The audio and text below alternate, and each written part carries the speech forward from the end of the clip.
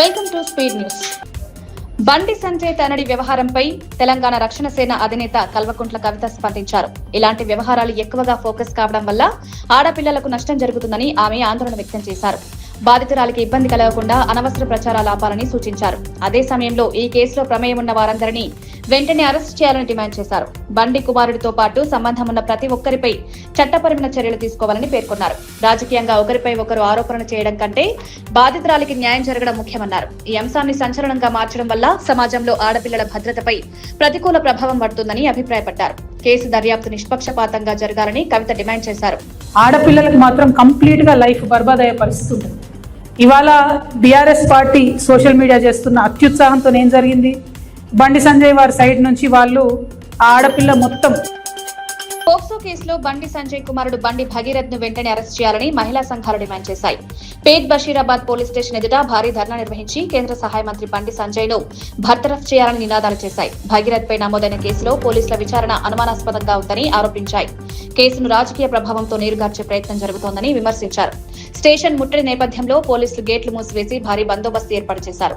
బాధితురాలికి న్యాయం జరిగే వరకు పోరాటం కొనసాగిస్తామని మహిళా సంఘాల నేతలు స్పష్టం చేశారు. చట్టం ముందు అందరూ సమానమేనని, అధికారంలో ఉన్నవారికి ప్రత్యేక రక్షణ ఉండకూడదని పేర్కొన్నారు.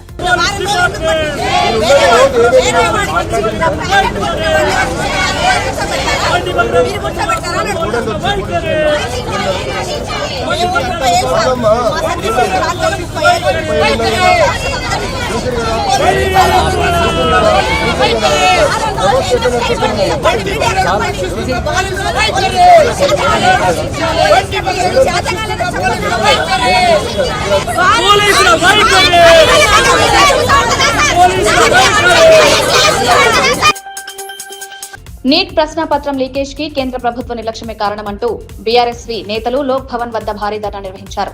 రాష్ట్ర అధ్యక్షుడు గెల్లి శ్రీనివాస్ యాదవ్ ఆధ్వర్యంలో జరిగిన ఈ నిరసనలో కేంద్ర ప్రభుత్వంపై తీవ్ర విమర్శలు చేశారు.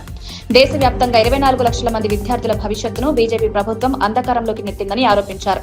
నేషనల్ టెస్టింగ్ ఏజెన్సీ పరీక్షల నిర్వహణలో పూర్తిగా విఫలమైందన్నారు. విద్యార్థులు కష్టపడి చదివితే పేపర్ లీకేజ్ బహుమతిగా ఇస్తున్నారా అని ప్రశ్నించారు. రాధాకృష్ణన్ కమిటీ సిఫారసులను అమలు చేయకుండా వేల కోట్లు సంపాదించడానికి ఆన్లైన్ పరీక్షలు నిర్వహించడం లేదని మండిపడ్డారు. వెంటనే నీట్ పరీక్ష రద్దు చేసి కొత్త తేదీలు ప్రకటించాలని డిమాండ్ చేశారు.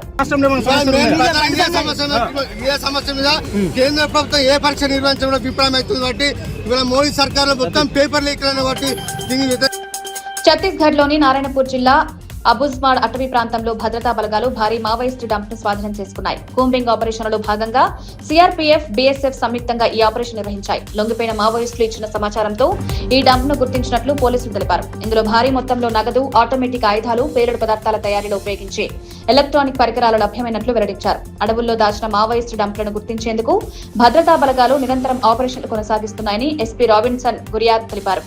ఈ స్వాధీనం మావోయిస్టు కార్యకలాపాలకు పెద్ద దెబ్బగా अधिकारी भाविस्तुన్నారు. कॉन्फिडेंस बिल्डिंग हुई, उसके परिणाम स्वरूप हमें कंपनी 5 और कंपनी 10 के जो एरिया है, खासकर उत्तर बस्तर और अपना महाराष्ट्र बॉर्डर वाले क्षेत्रों से काफी अच्छा वेपन रिकवरी हुआ है. इसमें 3 नग AK-47 है, 3 SLR है, 2 303 है, 315 है, तो बहुत सारे more than 250 to 300 live rounds हैं और साथ ही साथ अन्य दैनिक उपयोगी सामान भी मिले और ड्यूरिंग ऑपरेशन डंप से कैश रिकवरी भी हुई है. 2 जगहों से कुल 1,01,64,000 रुपया जब्त हुआ है, जो इसमें कुछ पुराने नोट भी हैं और ये पूरी कार्रवाई में STF, नारायणपुर DRG, हमारे BSF ITBP का एक संयुक्त योगदान रहा और पैरामिलिट्री फोर्सेस यहाँ जितनी डिप्लॉयड है सभी अपने వెట్లాండ్స్ పర్యావరణ పరిరక్షణలో కీలక పాత్ర పోషిస్తున్నాయని తెలంగాణ అటవీ పర్యావరణ శాఖ మంత్రి కొండా సురేఖ అన్నారు. సచివాలయంలో జరిగిన రాష్ట్ర వెట్లాండ్ అథారిటీ సమావేశంలో ఆమె కీలక ఆదేశాలు జారీ చేశారు. వెట్లాండ్స్ గుర్తింపు, డిజిటల్ మ్యాపింగ్ కోసం 2017 నిబంధనలను ఖచ్చితంగా అమలు చేయాలని అధికారులను ఆదేశించారు. రాష్ట్ర వ్యాప్తంగా ఇప్పటికే 4023 వెట్లాండ్స్ కు సరిహద్దుల గుర్తింపు పూర్తయిందని అధికారులు సమావేశంలో తెలిపారు.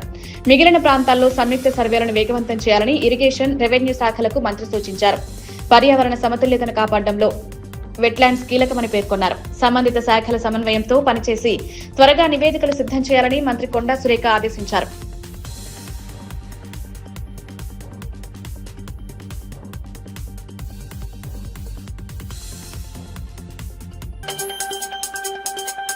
హైదరాబాద్ లోని చంచల్గూడ సెంట్రల్ జైలు ఇప్పుడు కొత్త రూపంలో ఆకట్టుకుంటోంది. నిజాం కాలంలో నిర్మించిన ఈ చారిత్రాత్మక జైలు ప్రస్తుతం మ్యూజియం గా మారి సందర్శకులను ఆకర్షిస్తోంది. జైలు అంటే భయం, శిక్ష, కఠిన పరిస్థితులే గుర్తుకొస్తాయని, కానీ చంచల్గూడ జైలు ఈ అభిప్రాయాన్ని మార్చేస్తోందన్నారు. జైలు చరిత్ర, నిర్మాణ శైలి, ఖైదీల జీవన విధానాన్ని ఈ మ్యూజియంలో ప్రత్యేకంగా ప్రదర్శిస్తున్నారు. తెలంగాణ చరిత్రలో కీలక స్థానమున్న ఈ జైలును వారసత్వ కట్టడంగా అభివృద్ధి చేస్తున్నారు. విద్యార్థులు, పర్యాటకులు పెద్ద ఎత్తున సందర్శిస్తున్నారని అధికారులు తెలిపారు. జైలు వ్యవస్థలో జరిగిన మార్పులను ప్రజలకు తెలియజేయడమే ఈ మ్యూజియం ప్రధాన లక్ష్యమని పేర్కొన్నారు.